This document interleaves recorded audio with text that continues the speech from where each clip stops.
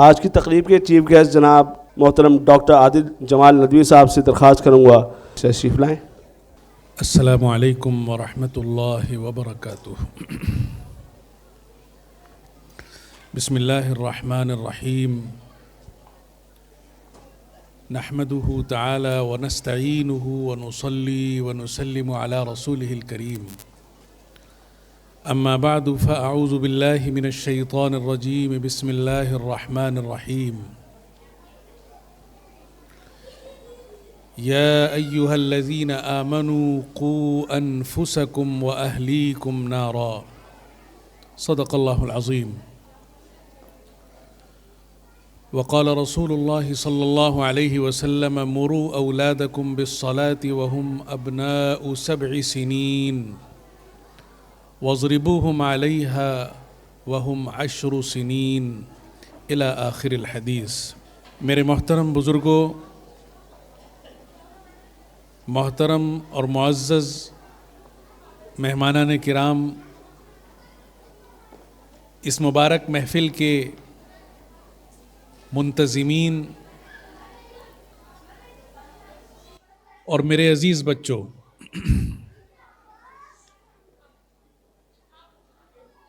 کافی دیر سے ہم بچوں کے بہترین پروگرام سے لطف اندوز ہو رہے ہیں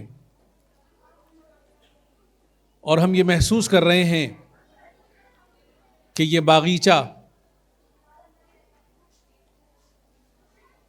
جس کو اس باغیچے کے منتظمین نے بڑی محنت سے سجایا ہے اور اس میں اپنے قیمتی وقت اور سرمایے کو لگایا ہے، اس نے ہماری طبیعت کو باغ باغ کر دیا، خوش کر دیا، اور ہم اس مجلس میں چاہے جتنی دیر بیٹھیں ہمیں لطف میں کوئی کمی محسوس نہیں ہو رہی۔ چھوٹے چھوٹے بچوں نے اپنی محنت اور صلاحیت سے ہمارے سامنے دنیا اور آخرت کی کامیابی کی کچھ جھلکیاں جو ہمارا دین ہمیں سکھلاتا ہے وہ ہمارے سامنے پیش کی، اور ان کے اساتذہ کرام جنہوں نے بچوں پر یہ محنت کی وہ انتہائی مبارکباد کے مستحق ہیں، اور انہوں نے اس محنت کو 4 چاند لگانے کے لیے اپنی صلاحیتوں کا جو بھرپور استعمال کیا،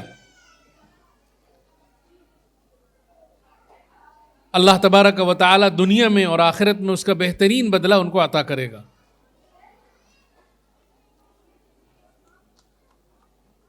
تعلیمی ادارہ یا درسگاہ یہ وہ جگہ ہوتی ہے جہاں بچے کی عمر کا ایک بڑا حصہ صرف ہوتا ہے۔ 10 سال، 12 سال، 14 سال اور اس سے بھی زیادہ مسلسل روزانہ 5-6 گھنٹے یا اس سے بھی زائد بچے کا وقت اس تعلیمی ادارے میں گزرتا ہے جہاں وہ تربیت حاصل کرتا ہے، جہاں وہ اپنے ذہن کو نشو و نما دینے کے لیے اپنے اساتذہ سے ہر چیز کو سیکھتا ہے۔ یہ وقت بچے کی نشو و نما کا وقت ہوتا ہے، بڑھوتری کا وقت ہوتا ہے، تربیت کا وقت ہوتا ہے۔ اس وقت کے اندر جو چیز بچے کے ذہن کے اندر ڈال دی جاتی ہے وہ بچے کے لیے پتھر کی لکیر ہوتی ہے۔ بچہ پوری زندگی انہی خطوط کے اوپر اپنی زندگی کو گزارتا ہے، اسی سے اپنی زندگی کا سفر طے کرتا ہے، اسی سے اس کے خیالات کی بالیدگی اور نشو و نما ہوتی ہے، اسی سے اس کے نظریات پیدا ہوتے ہیں۔ دنیا میں آگے چل کر وہ انہی نظریات کے اوپر اپنی زندگی گزارتا ہے. اس لیے بچے کی تربیت میں سب سے بنیادی چیز جو ہوتی ہے والدین کے بعد وہ درسگاہ ہوتی ہے. قرآن مجید جو اللہ تبارک و تعالی کا آخری اور مکمل کلام ہے، اس میں اللہ تبارک و تعالی نے پہلی وحی کا پہلا لفظ علم کو منتخب فرمایا، اس کے لیے علم کو منتخب فرمایا، اور ایک انسان کو سب سے پہلا حکم یہ دیا کہ وہ تعلیم حاصل کرے. تعلیم انسان کا وہ زیور ہے جس کے ذریعے سے انسان کو اپنی پوری زندگی کے اندر کامیابی حاصل ہوتی ہے. بغیر تعلیم کے انسان بغیر روح کے جسم کی طرح سے ہے. جو انسان تعلیم حاصل نہ کرے اس کی مثال ایک ایسی جسم کی ہے جس کے اندر روح نہیں ہے، ایک خالی وجود ہے. جیسے جیسے اس کے اندر علم کے موتی اور علم کی دولت داخل ہوتی چلی جاتی ہے، وہ انسان دنیا کے لیے مفید ہوتا چلا جاتا ہے. یہ علم ہی ہے جو انسان کو اشرف المخلوقات بناتا ہے. اس علم کے ذریعے سے انسان فرشتوں سے بھی آگے بڑھ جاتا ہے جو عبادت میں ہم سے کہیں زیادہ ہے، پہاڑوں سے بھی زیادہ ہو جاتا ہے جو طاقت میں ہم سے زیادہ ہے، حیوانات سے اور تمام مخلوقات سے، جنات سے، ساری مخلوقات سے بہتر ہو جاتا ہے اس فضیلت علم کی وجہ سے. حضرت آدم علی نبینا وعلیہ الصلاۃ والسلام کو اللہ تبارک و تعالی نے اسی صفت علم کی وجہ سے تمام مخلوقات کا سردار بنایا، اور اسی صفت علم پر اللہ نے آخری وحی کے نزول کا آغاز فرمایا. رحمت للعالمین سرور دو عالم حضرت محمد مصطفیٰ احمد مجتبیٰ صلی اللہ علیہ وسلم کے ذریعے سے پوری انسانیت کو تا قیام قیامت پہلا سبق علم کا عطا فرمایا. اقرأ بسم اللہ الرحمن الرحیم، اقرأ بسم ربک الذی خلق، خلق الانسان من علق، اقرأ وربک الاکرم الذی علم بالقلم، علم الانسان ما لم يعلم. پڑھو اپنے رب کے نام سے جس نے پیدا کیا، جس نے انسان کو جمے ہوئے خون سے پیدا کیا. پڑھو اور تمہارا رب عزت والا ہے جس نے انسان کو قلم کے ذریعے سے علم عطا فرمایا، جس نے انسان کو ان چیزوں کا علم عطا فرمایا جس کا اس کو علم نہیں تھا. پہلی آیت سے لے کر 5ویں آیت تک پوری وحی کے اندر ایک موضوع کے علاوہ کوئی دوسرا موضوع نہیں ہے، علم کے علاوہ کوئی دوسرا موضوع نہیں ہے. علم علم علم. پہلی وحی علم کے لفظ سے شروع ہوتی ہے، علم پر ہی مکمل ہوتی ہے. پوری وحی کے اندر ایک ہی مضمون ہے اور وہ ہے علم. اس سے اس علم کی اہمیت معلوم ہوتی ہے کہ اللہ تبارک و تعالی نے اپنے کلام کے نزول کے لیے اور رحمت للعالمین حضرت محمد مصطفیٰ احمد مجتبیٰ صلی اللہ علیہ وسلم جیسی ہستی پر اور جبرائیل امین علیہ الصلاۃ والسلام کے ذریعے سے پہلا حکم جو انسانیت کو تا قیام قیامت عطا فرمایا وہ علم کا حکم تھا. علم حاصل کرو، علم حاصل کرو. اللہ تبارک و تعالی وہ ہے جس نے انسان کو علم عطا کیا، جس نے انسان کو کائنات کے علوم عطا کیے. ان آیات کے اندر اللہ تبارک و تعالی نے جس علم کا خاص طور پر ذکر فرمایا ہے وہ کائنات کا علم ہے جس کو علوم عالیہ کہتے ہیں. آج کے دور میں ہم اس کو سائنس کا علم بھی کہہ سکتے ہیں. 5 آیتوں میں اللہ نے سائنسی علوم کی ترقی اور اس کی نشر و اشاعت کا حکم عطا فرمایا. اللہ نے اس سے منع نہیں کیا، اللہ نے اس کا حکم دیا، اللہ نے انسانیت کو حکم دیا. چنانچہ پہلی وحی کے نزول کے وقت انسانیت جس گھٹا ٹوپ اندھیرے میں تھی وہ بھی ہماری نظروں کے سامنے ہے، اور اس وحی کے نزول کے بعد دنیا نے سائنس کی ترقی کا جو سفر برق رفتاری کے ساتھ طے کیا وہ بھی ہمارے سامنے ہے. جب یہ وحی نازل ہوئی تو نہ قلم تھا، نہ کاغذ تھا، نہ پریس تھی، کوئی چیز موجود نہیں تھی. لیکن 100 سال کے گزرنے کے بعد، صرف 100 سال کے گزرنے کے بعد، اب تو 1400 سال ہو گئے، صرف 100 سال کے گزرنے کے بعد دنیا میں علوم کا سیلاب آ چکا تھا. دنیا کے سارے علوم اسلامی لائبریریوں میں منتقل ہو چکے تھے، چاہے وہ منطق ہو، چاہے وہ فلسفہ ہو، چاہے وہ کیمسٹری ہو، چاہے وہ فزکس ہو، چاہے باٹنی ہو، چاہے زولوجی ہو، چاہے علم نجوم ہو، ستاروں کا علم ہو، پتھروں کا علم ہو، وغیرہ وغیرہ. یہ تو 100 سال کی بات تھی.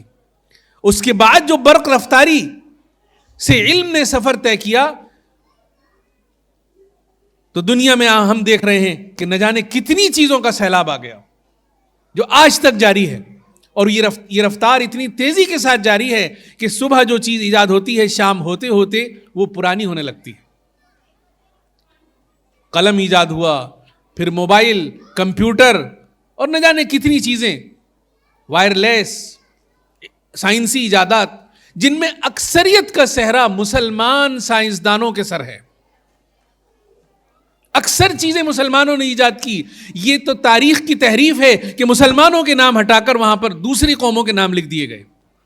ابن الہیثم وہ مسلمان سائنسداں ہیں جس نے آنکھ کی سرجری کو ایجاد کیا. ابو القاسم الزہراوی وہ مسلمان سائنسداں ہیں جس نے جراحت اور سرجری کو ایجاد کیا. ابن سینا وہ سائنسداں ہیں جنہوں نے دنیا کے اندر علم کا سیلاب لا دیا. القانون فی الطب ان کی کتاب 17ویں صدی تک یورپ اور امریکہ میں اور مغرب میں بطور بنیاد کے پڑھائی جاتی تھی. اس کے بغیر کسی کو ڈاکٹری کی ڈگری نہیں ملتی تھی. القانون فی الطب. نہ جانے کتنے نام ہیں. امام رازی جنہوں نے ہاسپٹل کا نظریہ ایجاد کیا، جنہوں نے بیکٹیریا کا نظریہ ایجاد کیا، سارے مسلمان تھے. یہ مسلمان تھے. اس کے علاوہ جو انجینئر تھے اور جو بڑے بڑے ٹیکنالوجی والے تھے وہ سب اہل ایمان تھے. اللہ نے ان کو ایمان کے ساتھ یہ صلاحیتیں دی تھی جو کہ ان کے مذہب کا یہ فریضہ تھا. اور اللہ تبارک و تعالی نے اس آیت کے اندر علم حاصل کرنے کو فرض قرار دیا ہے. دوسری اہم چیز یہ ہے، آج دنیا میں علم کو انسان کا حق تو سمجھا جاتا ہے، رائٹ ٹو ایجوکیشن، کہ علم حاصل کرنا انسان کا حق ہے، لیکن اس کو مینڈیٹری، اس کو اوبلیگیٹری اور اس کو لازم نہیں کہا جاتا کہ اس کو چھوڑنے والا پکڑ کا شکار ہو، گناہگار ہو. دین اسلام دنیا کا وہ واحد دین ہے جس نے علم کو فرض قرار دے کر انسان سے یہ اختیار چھین لیا کہ وہ جاہل رہے، بلکہ اس کے لیے علم حاصل کرنا فرض قرار دیا.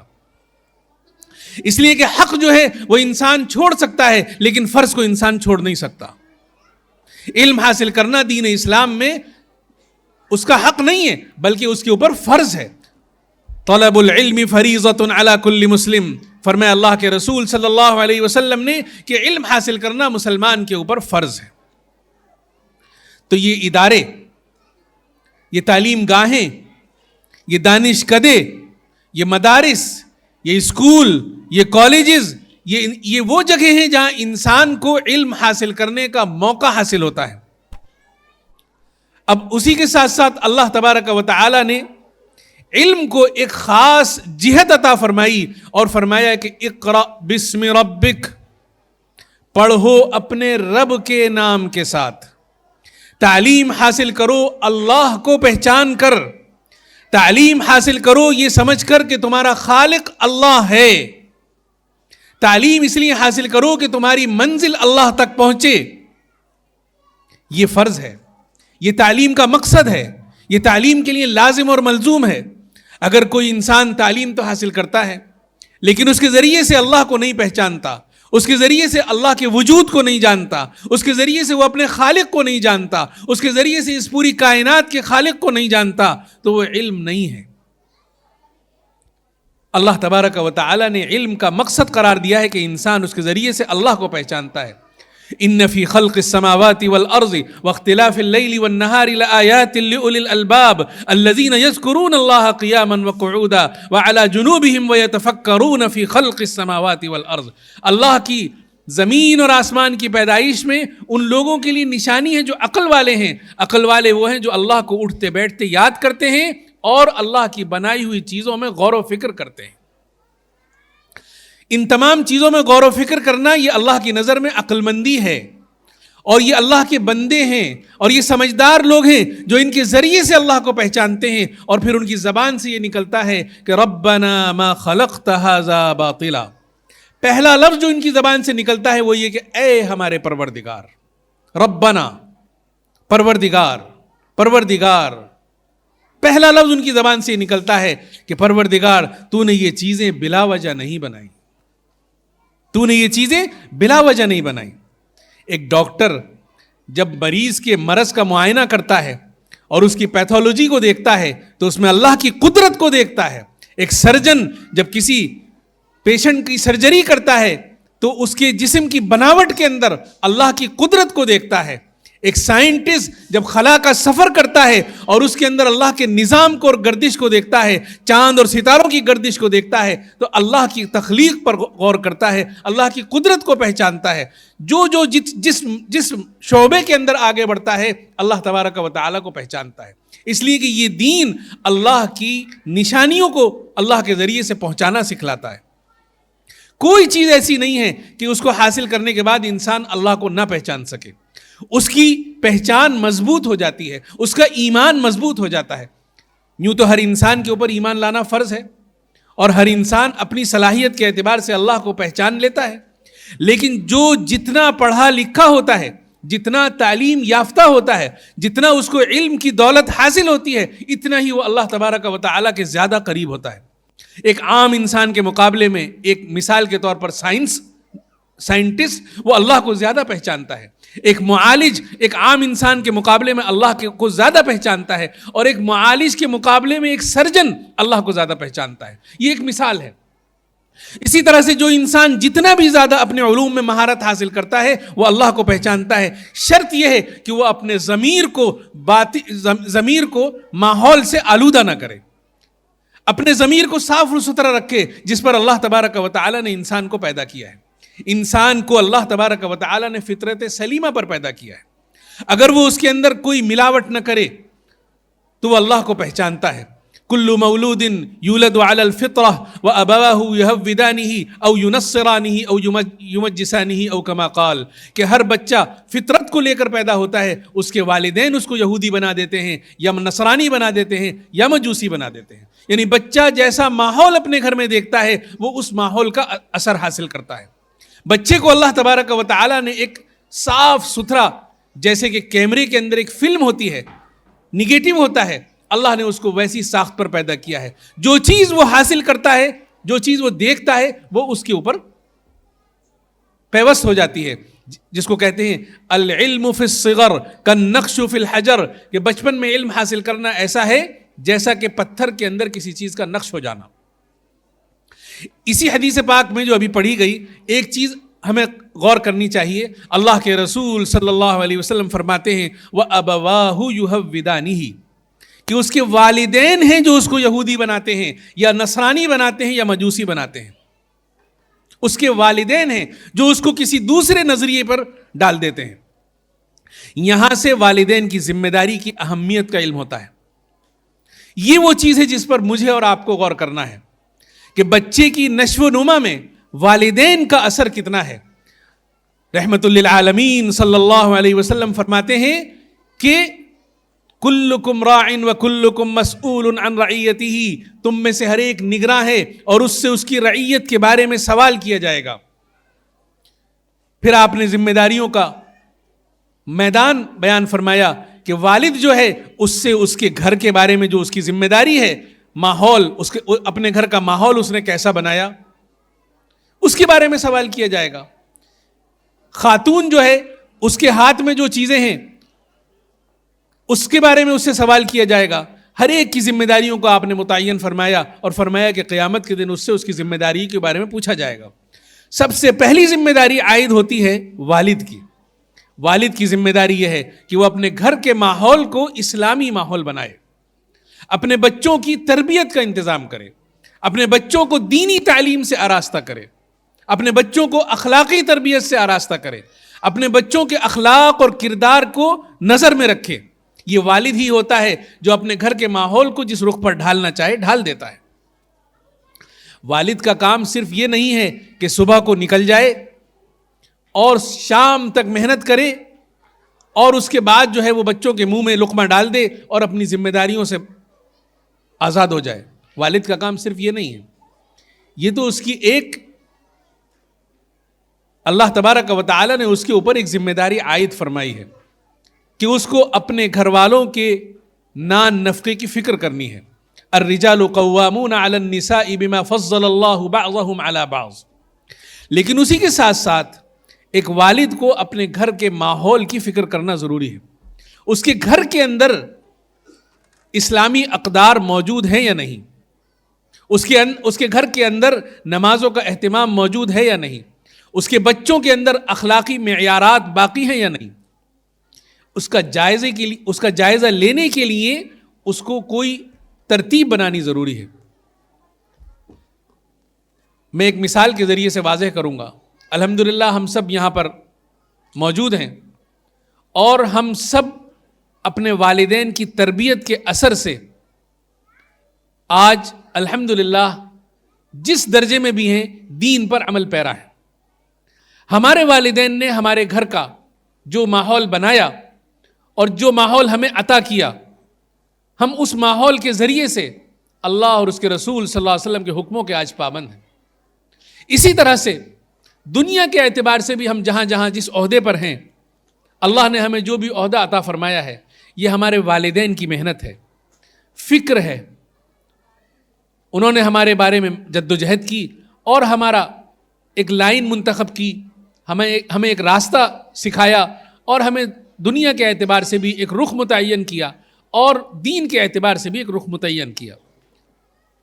میرے والد حضرت مولانا مفتی مسرور احمد رحمۃ اللہ علیہ, انہوں نے میرے بارے میں, میرے بھائیوں کے بارے میں, اپنے گھر کے بارے میں فکر کی اور انہوں نے دین کا ایک ماحول قائم کیا.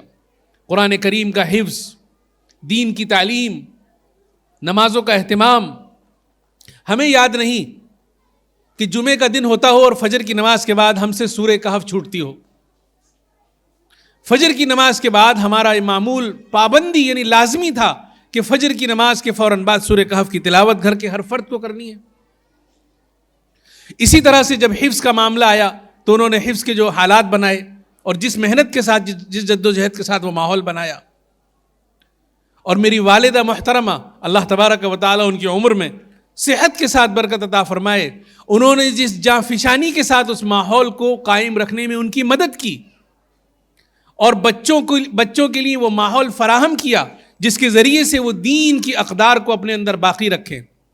ہمیں یاد ہے کہ اگر کبھی ہماری زبان سے کوئی کلمہ ایسا نکل گیا جو معمولی سے شان کے یعنی تھوڑا سا ہلکا لفظ ہو, یعنی گالی تو بہت دور کی بات ہے, شان یعنی ایک جو معیار ہونا چاہیے بول چال میں اس سے تھوڑا سا ہلکا لفظ نکل گیا, مثال کے طور پر ابے نکل گیا, چھوٹا سا لفظ ابے, ہمیں یاد نہیں کہ انہوں نے کبھی اس پر ہمیں بخشا ہو. انہوں نے فوراً کہا کہ ابھی میں چمٹا لیتی ہوں اور میں اس کو تمہاری زبان کو جلاتی ہوں. تمہاری زبان سے یہ کیسے نکلا کہ تم نے ابے کہا؟ یہ ایک مثال ہے. وہ دن ہے اور آج کا دن ہے کہ کبھی زبان سے بے ساختہ بھی ابے کا لفظ نہیں نکلا.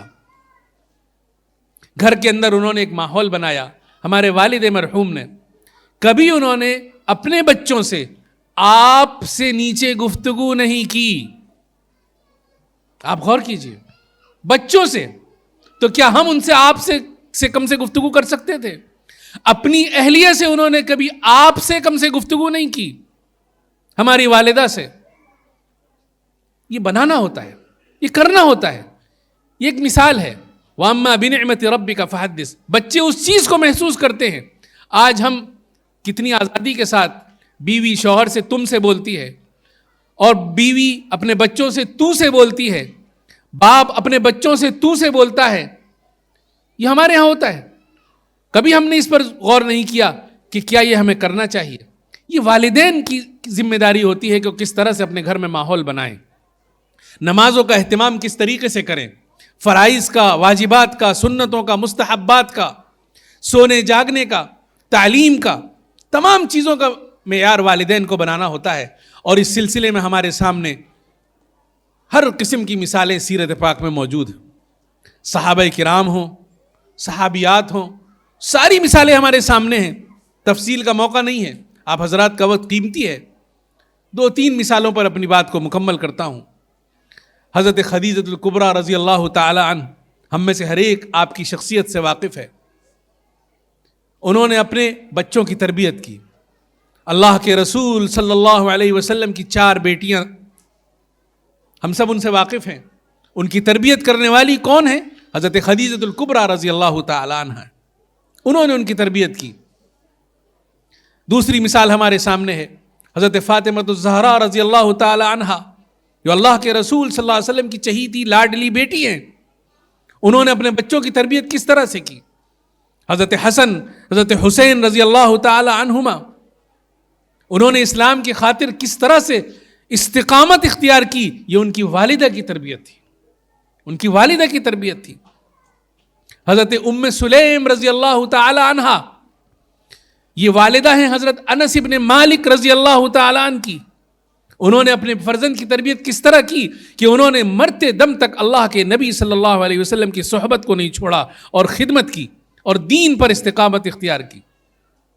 حضرت اسماء رضی اللہ تعالی عنہا، جو والدہ ہیں حضرت عبداللہ ابن زبیر رضی اللہ تعالی عنہ کی، کیسی کیسی تربیت کی انہوں نے. یہ سب خواتین ہیں، نام ہیں، پوری فہرست ہے. یہ سب مائیں ہیں، امہات المومنین ہیں، ازواج مطہرات ہیں، صحابیات ہیں، اللہ کے رسول صلی اللہ علیہ وسلم کی صاحبزادیاں ہیں، جنہوں نے ایک معیار قائم کیا اپنے گھر میں اسلامی تربیت کا. اور انہوں نے اس کے بعد اپنے بچوں کو دین کی خدمت کے لیے لگایا. حضرت خنسا رضی اللہ تعالی عنہا ہیں، اور نہ جانے کتنی صحابیات ہیں. یہ سب وہ تھیں جو اپنے گھروں میں اپنے تمام کاموں کو انجام دینے کے بعد اپنے بچوں کی اسلام کے اعتبار سے تربیت کرتی تھی. مردوں میں آپ دیکھ لیجئے، حضرت ابوبکر صدیق رضی اللہ تعالی عنہ ہیں، حضرت عمر فاروق رضی اللہ تعالی عنہ ہیں. ایک واقعہ آتا ہے کہ جب ہجرت کا وقت ہوا تو حضرت ابوبکر رضی اللہ تعالیٰ نے اپنا سارا مال لا کر پیش کر دیا. تو آپ کی جو صاحبزادی تھی حضرت اسماء، انہوں نے عرض کیا کہ ہمارے لیے آپ نے کیا چھوڑا؟ تو فرمایا میں نے اللہ اور اس کے رسول صلی اللہ علیہ وسلم کو چھوڑا. چنانچہ یہی خاتون ہیں کہ پھر انہوں نے اللہ کے رسول صلی اللہ علیہ وسلم کے لیے ہجرت کے لیے سفر توشہ تیار کیا، اور ان کا نام ذات النطاقین اسی وجہ سے مشہور ہوا کہ انہوں نے اپنا جو کپڑا تھا اس کو پھاڑ کر 2 ٹکڑے کیا اور اس سے وہ توشہ جو باندھ دیا. کیسی کیسی خدمات ہیں ازواج مطہرات کی. عرض یہ کرنا ہے کہ یہ سب ذمہ داری والدین کی ہے. والدین کی ذمہ داری سب سے بنیادی ہے. جو والدین اس ذمہ داری کو ادا کرتے ہیں، اللہ تبارک و تعالی دنیا میں بھی ان کو کامیابی دیتے ہیں اور آخرت میں بھی ان کو سرخرو کرتے ہیں. والدین کی ذمہ داری صرف یہ نہیں ہے کہ وہ بچے کو اچھے سے اسکول میں ایڈمیشن کرا دیں. یہ تعلیم تو دنیا کے لیے ہوتی ہے، یعنی دنیا کے لیے اس معنی میں نہیں کہ دولت کمانی، میں اس کو بھی نہیں کہہ رہا. دنیا کے لیے اس معنی میں کہنا چاہتا ہوں کہ بچے کو یہ احساس کمتری پیدا نہ ہو کہ میرے کزنس، میرے پڑوسی اچھے اسکول میں پڑھتے ہیں اور میں کسی اسکول میں نہیں جاتا. اصل تعلیم یہ ہے کہ بچے کو والدین یہ سکھلائیں کہ تم ایک مسلمان ہو اور تمہاری ذمہ داری یہ ہے کہ تم اللہ اور اس کے رسول صلی اللہ علیہ وسلم کے حکموں پر عمل کرو. اصل ذمہ داری یہ ہے. والدین اپنی ذمہ داری کو سمجھیں، اپنے گھروں میں اسلامی اقدار کو پیدا کریں اور خود اللہ کے حکموں پر عمل کریں، خود اللہ تبارک و تعالیٰ کے احکام کو اپنی زندگیوں کے اندر لائیں اور بچے کو دنیا کے اعتبار سے بھی کامیاب بنانے کی جد و جہد کریں اور بچے کو آخرت کے اعتبار سے بھی کامیاب بنانے کی جد و جہد کریں. بہت سے والدین بچوں کو منفی انداز سے تربیت کرتے ہیں. بچوں سے کہتے ہیں تم سے یہ نہیں ہو سکتا. بچوں سے کبھی یہ نہیں کہنا چاہیے. بچوں کو ہمیشہ حوصلہ دلانا چاہیے کہ آپ یہ کر سکتے ہیں.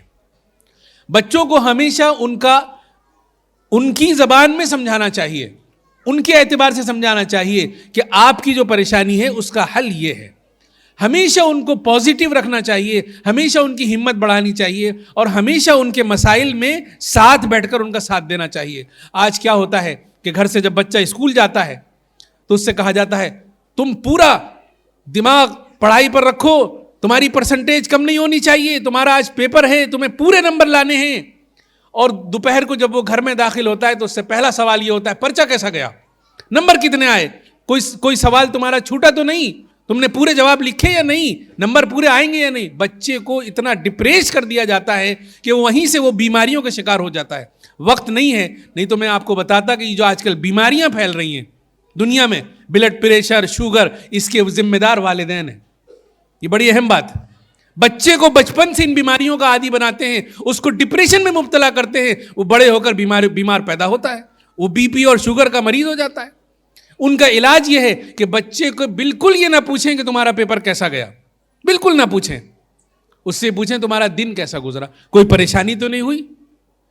اس کا حوصلہ بڑھائیں. پیپر تو جیسا جانا تھا وہ چلا گیا, اب تو اس کو لکیر کو پیٹا نہیں جا سکتا. اس کا حوصلہ بڑھائیں. تھوڑی دیر کے بعد 10 منٹ نہیں گزریں گے, وہ بچہ ساری تفصیل آپ کو خود بتائے گا کہ اس کا پیپر آج کیسا گیا. یہ والدین کی ذمہ داری ہے کہ وہ بچے کو حوصلے کے ساتھ تربیت کریں اور اس کو دین اور دنیا دونوں کی کامیابی کے نسخے سکھائیں. یہ موضوع بہت تفصیلی ہے لیکن منتظمین حضرات مجبور ہیں اور ان کے ساتھ پابندیاں ہیں. میں اس بات کو یہیں پر مکمل کرتا ہوں اور باقی جو گفتگو میرے ذہن میں تھی اس کو آئندہ کسی موقع کے لیے رکھتا ہوں. اللہ نے موقع دیا تو اس پر مزید تفصیل سے گفتگو کریں گے. اور میں مبارکباد دیتا ہوں کہ یہ ادارہ جس میں اللہ نے یہ ایک مشن ہے, یہ ایک ادارہ نہیں, یہ ایک مشن ہے جس کے تحت آج ہم یہاں بیٹھے ہیں. بہت بڑا یعنی یہ مشن ہے, بہت ہی کامیاب مشن ہے اور ہم سب کو اس کا ساتھ دینا چاہیے. اپنے دل سے اور اپنے ذہن سے اس کا ساتھ دینا چاہیے اور اس کے اعتبار سے اس کی یعنی ان تمام حضرات کی حوصلہ افزائی کرنی چاہیے. بہت زیادہ مبارکباد کے مستحق ہیں یہ حضرات کہ انہوں نے ایک ایسا پلیٹ فارم ہمیں عطا کیا جس میں ہم اپنے بچے کو دین اور دنیا دونوں کے اعتبار سے کامیاب کر سکتے ہیں. بچہ وہ دنیا کا قیمتی ہیرا ہے جس کی جتنی زیادہ تراش خراش کی جائے گی دنیا میں اتنا ہی ترقی کرے گا. اللہ تبارک و تعالی کہنے والے کو اور ہم سب کو اپنی رضا کا حاصل کرنے والا اور دنیا اور آخرت میں کامیابی کا سفر طے کرنے والا انسان بنائے. وآخر دعوانا الحمدللہ رب العالمین.